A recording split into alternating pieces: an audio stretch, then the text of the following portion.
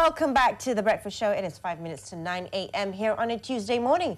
And since it's Tuesday, we have our nutrition segment. But this time around, we're going to do it slightly differently. From this week onwards until the next 3 episodes, we're going to bring you the perfect diets for different groups of people. So today's topic, we are going to touch on diets for pregnant mothers. Now, everyone knows that the right diet is important for pregnant mothers, but how much is enough, and what should one eat for 2? I think the question is, should you really be eating for 2? Anyway, joining us today to answer all those questions, we have with us wellness guru and nutritionist Wong Eugene. Good morning and welcome to the show, Eugene. Hey, welcome back. Okay, so it's been said that baby's health all depends on what the mothers eat before they give birth. How true is that?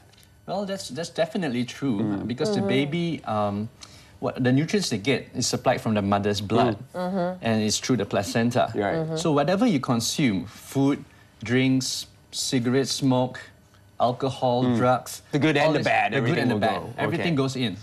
So you want to make sure that you have enough nutrients and try to cut down as little of those anti-nutrients as possible. That's definitely going to affect the child's growth. I see. Now, when a woman gets pregnant, everybody goes, oh my God, it's okay, you can eat anything, you're eating for 2. However, my doctor said when I was pregnant, she said, you know what, yes, you eat for 2, but bearing in mind that the second one you're eating for is only about that size. Yeah. You're not eating for 2 people. Two, so you should actually watch what you eat at the same time. What's your thought on this? Well, what I always say is to actually not think about dieting during So no dieting at all, no. Yeah. You should not think about weight. Weight loss shouldn't be a priority during dieting. Do it after you give birth. You should be eating as much as you can. What I say is to eat heartily. To eat heartily and not to worry about dieting too much because you are also eating for your child. And your child gets all the nutrients from you. If you are really concerned about weight, what you should be doing is to keep fit before you are pregnant.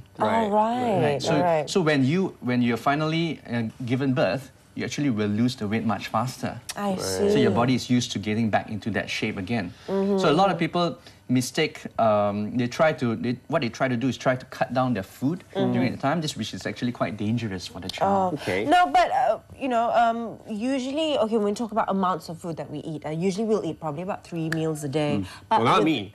I eat more than that. Oh, there you go. Which leads me to that question. And I'm not pregnant. I know. My question is, are you pregnant? No.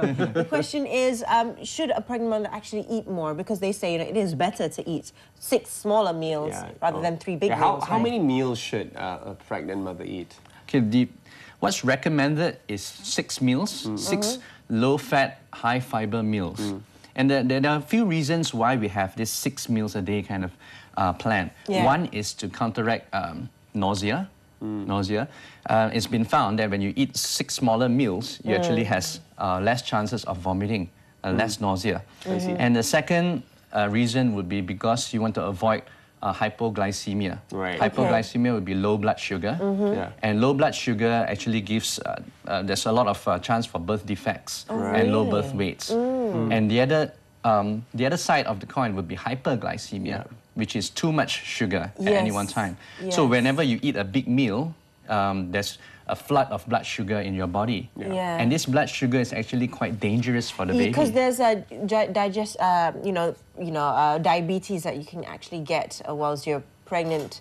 Is that linked to the amount of sugar? Yes, what you want to control for pregnant mothers is to try to maintain the blood sugar levels in your body as consistently as possible. And also when it fluctuates too much, you get a lot of emotional problems and you feel very agitated. It adds on even more. The hormones are going a little I think the crazy. husbands should take note of that. That explains it. So raid the kitchen, make sure there's no high fructose corn syrup foods in your fridge, in your closet. All those cakes I had. It's just important to eat consistently throughout the day. Okay, so maybe you could share with us some of the basic principles that a pregnant mom should adhere to during her pregnancy. Right.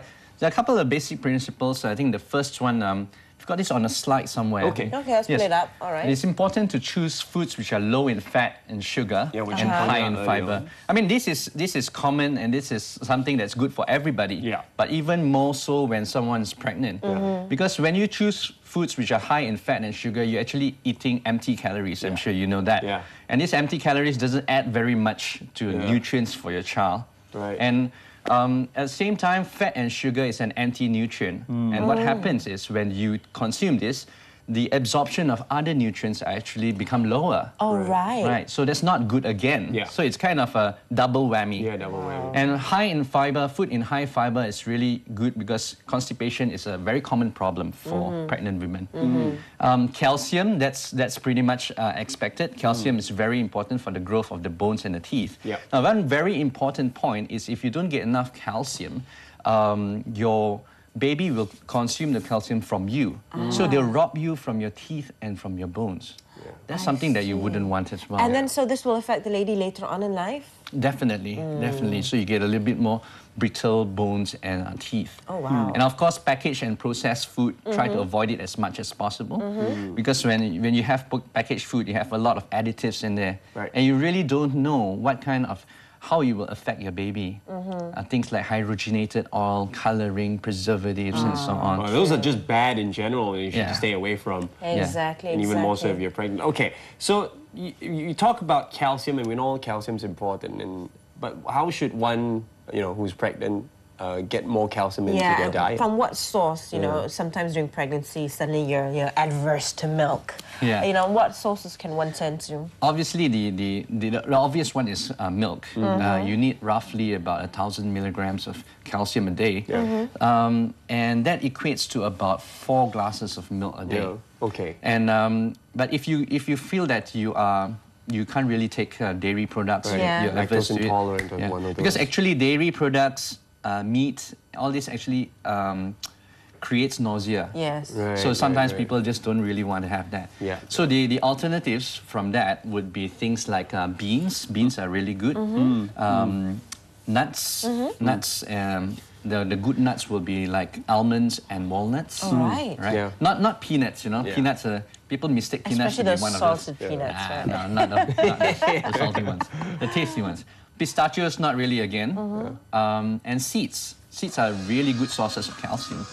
So they are like sunflower seeds.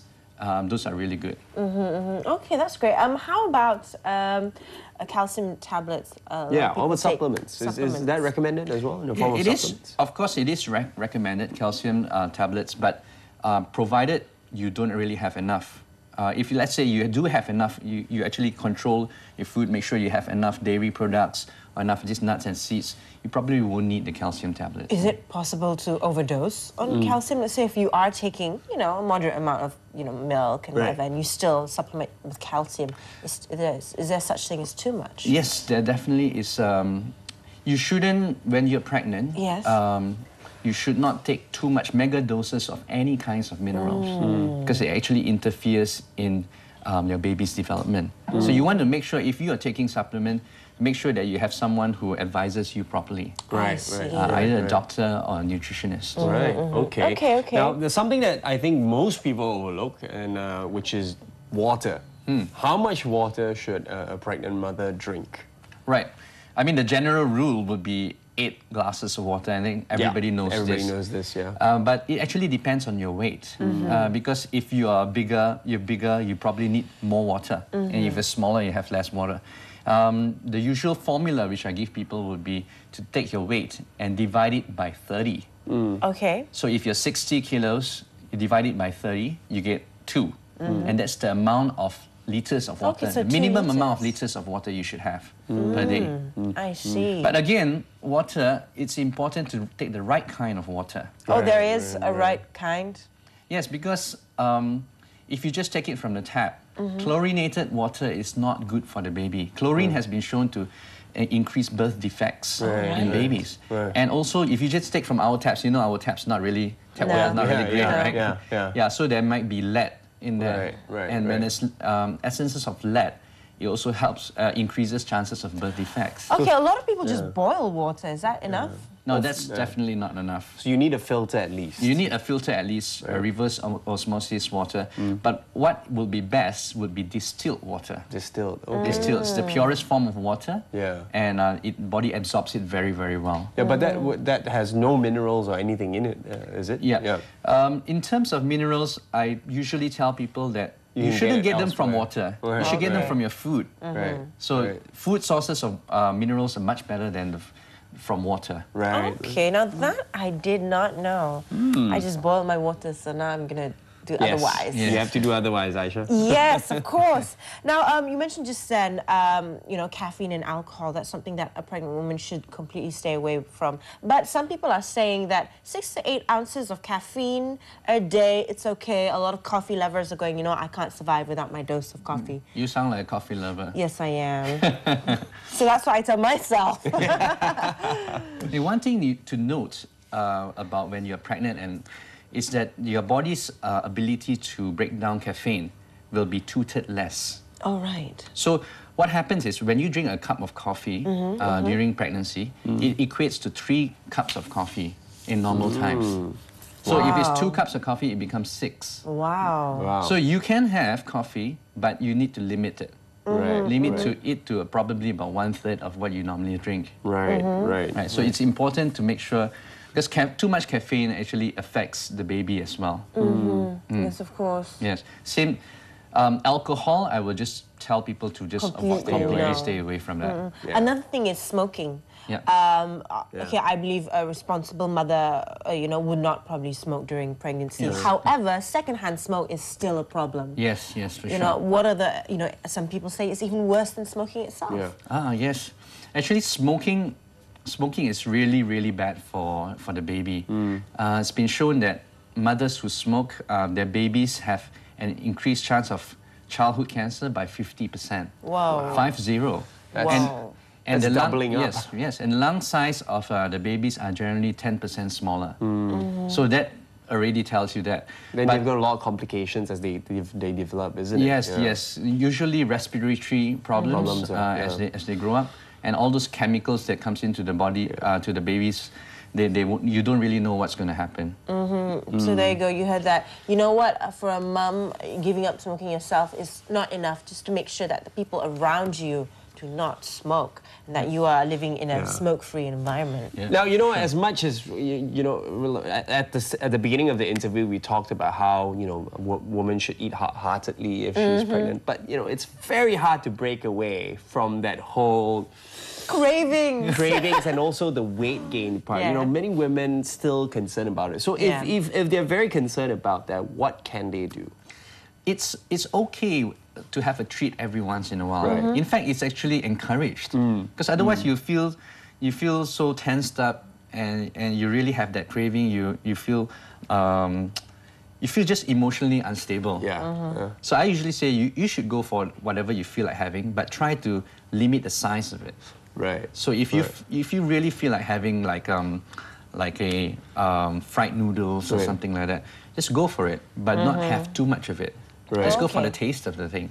So have like half a plate instead of just the whole plate. And have it every once in a while. That's okay. So it's okay to treat yourselves. It's okay. It's definitely okay. Well, weight gain is definitely going to happen during pregnancy. What's a healthy weight gain? How much is okay? How much is too much? For a woman who's normal weight, in normal weight category, probably about 10 to 15 kilos.